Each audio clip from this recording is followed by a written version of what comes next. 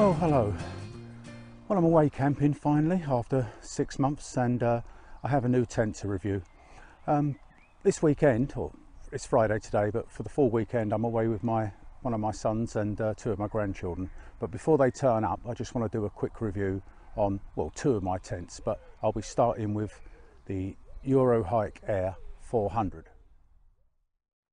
Okay, well, I've now just finished pitching the tent, and it's my first attempt. I'm going to go around and trim it a little bit later, but I wanted to get it up before it started raining. It's been raining on and off and spitting, and obviously I was a little bit concerned. It's my first pitch.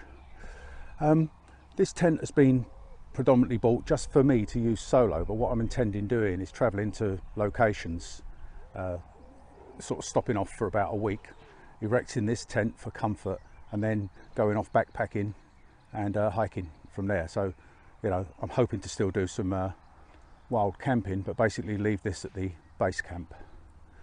Obviously it'll be tested out by the grandchildren of my son tonight, but I just wanted to get it erected and tried out before I go away, because my first trip is to Yorkshire. I'm up in the lakes for a week in this in about 2 weeks time, and then I'm going on to Scotland for some backpacking and wild camping and kayaking. Right, the dimensions of the tent are 465 centimetres long, that's 15 foot 3, 195 centimetres high, that's 6 foot 5, and 265 centimetres wide, that's 8 foot 8. At its widest, that's the external dimensions. So it's got plenty of standing room. Must admit, you know, it took me probably half hour to put up, but it is the first pitch. There's two doors. Obviously you can see the side. I've got them both open at the moment. The side hasn't got a fly mesh, and that rather impressive skirt at the bottom there actually drops down flat to the floor, so it's no trip hazard. Also, obviously, if a person's disabled, you could wheel a wheelchair in, so quite a nice touch. On the front you've got a very large door that has a fly mesh, but again, as I said, for the moment I've just pinned it up. This is just a very quick sort of first impressions video. What I'll do, I'll follow up when I'm in the Lake District, because as I said, I'll be sleeping in that for about 4 or 5 days, so it gives me ample time to check the tent out. So I'll just take you for a walk around.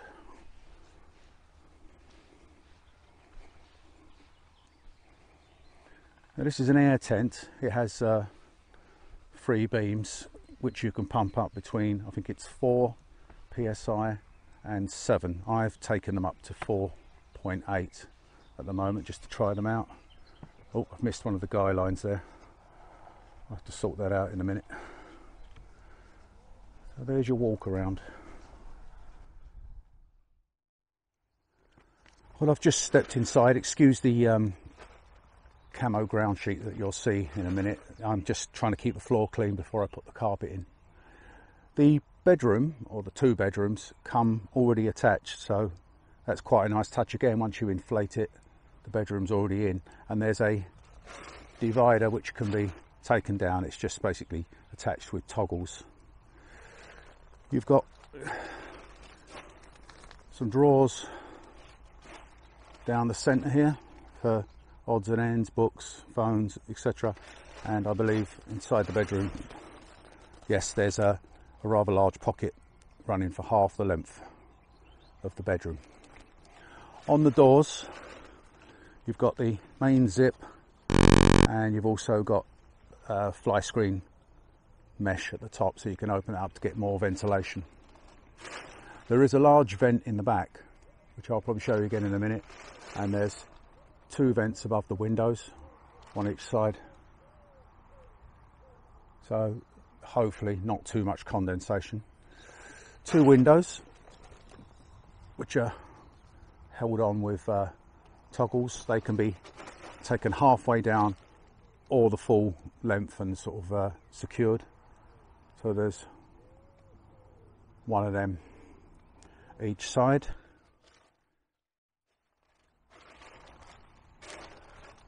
It's it would definitely be cozy with four, but like I said, most of the time I'll be using this solo. I'll just have a table and a chair in here and a few home comforts. Obviously the test tonight is there's actually 3 of them in here, a child of 11 and 10 and my son, so it's going to be a bit busier. I'm actually sleeping in my backpacking tent, which I'm going to review later this afternoon.